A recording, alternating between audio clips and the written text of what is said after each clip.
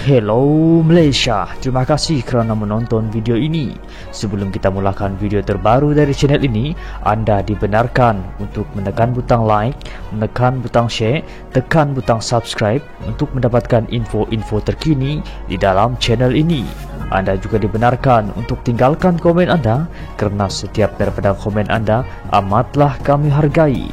Terima kasih, selamat menonton. Kalau tak ada rancangan itu, dia tak datang lah. Bukan sebab Sanusi tunjuk sengih, tunjuk perut, tiba-tiba pelabur datang. Kamu ni menteri apa? Kamu menteri ekonomi ke menteri alam sekitar? Itu sebab orang yang tanya tu walaun tu bodoh. Dia tak tahu sebenarnya. Saya nak jawab satu lagi. Perkembangan terkini kempen PAS dan Perikatan Nasional. Sekarang ini dia cukup marah kepada Anwar Ibrahim sebab Anwar Ibrahim umumkan ada pelaburan baru daripada syarikat Jerman bernilai 25 bilion dekat Kulim. Orang PAS marahlah sebab dia kata, ini semua kerja Sanusi. Kenapa Anwar mau claim cakap dia punya kerja? Saya beritahu itu bukan kerja Sanusi. Itu kerja Anwar Ibrahim dan Kerajaan Persekutuan. Seluruh projek Kulim High Tech Park itu ialah projek Kerajaan Persekutuan. Orang PAS marah dekat Anwar, marah dekat saya sebab dia kata itu kerja Sanusi. Itu kejayaan Sanusi. Sebab Sanusi lah pelabur-pelabur ini masuk. Ada yang beritahu, katalah Rafizi tak tahu bahawa kilang Infineon itu memang sudah ada dekat Kedah daripada dulu pun lagi. Saya nak cakap pasal ekonomi sikit, uncle. Ni orang yang bisnes mungkin tahu, mungkin faham kan. Memang betul Infineon tu syarikat chip semiconductor daripada Jerman. Memang dia dah buka dekat Malaysia ni lama dah. Dia dah 20 tahun lebih kat Malaysia. Kilang dia yang pertama di Melaka. Kemudian bila dia buka kilang baru, Kerajaan Persekutuan masa itu telah membangunkan Kulim High Tech Park. Jadi dia pun buka kilang kedua dia dekat Kulim High Tech Park.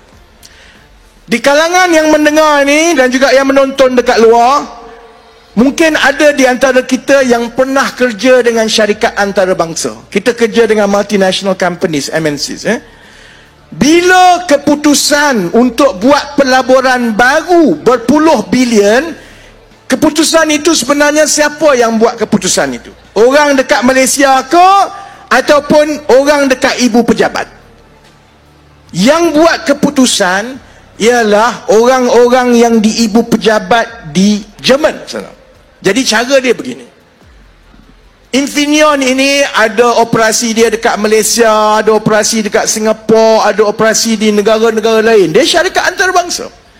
Jadi bila tahun ini dia kata saya ada 25 bilion tambahan, 5 bilion euro untuk buka kilang baru, maka semua operasi dia di seluruh dunia ini akan cuba meyakinkan ibu pejabat dia untuk buka dekat negeri dia.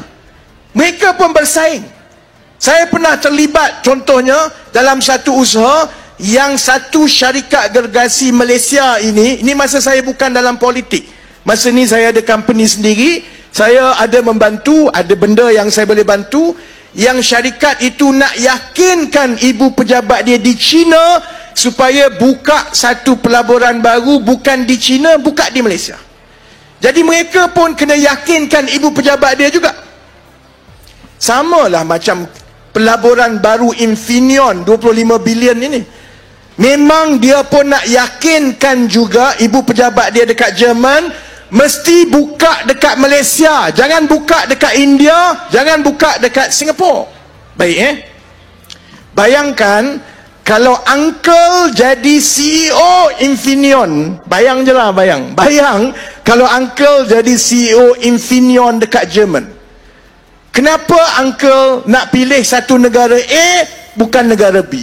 Kenapa mesti pergi negara B bukan negara A? Apa sebenarnya ciri-ciri yang dipilih untuk menentukan dekat mana nak melabur 25 bilion? Uncle rasa apa dia?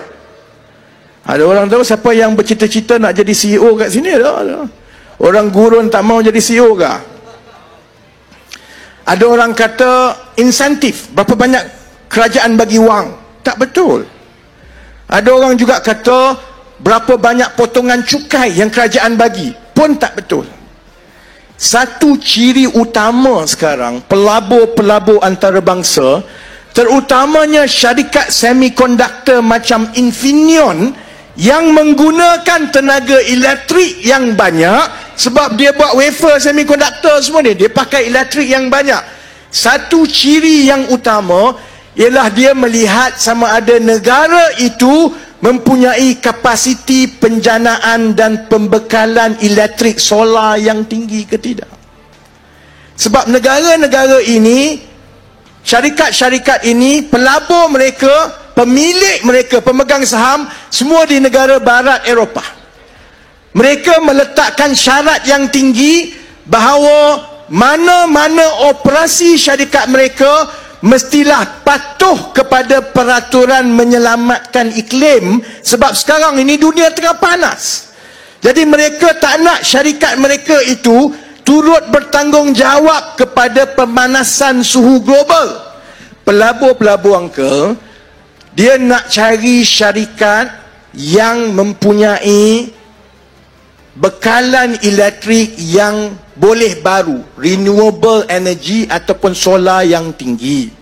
Kalau dia melabur dalam syarikat yang tak banyak solar, dia tak banyak guna elektrik solar, saham syarikat tu jatuh, orang tak nak beli.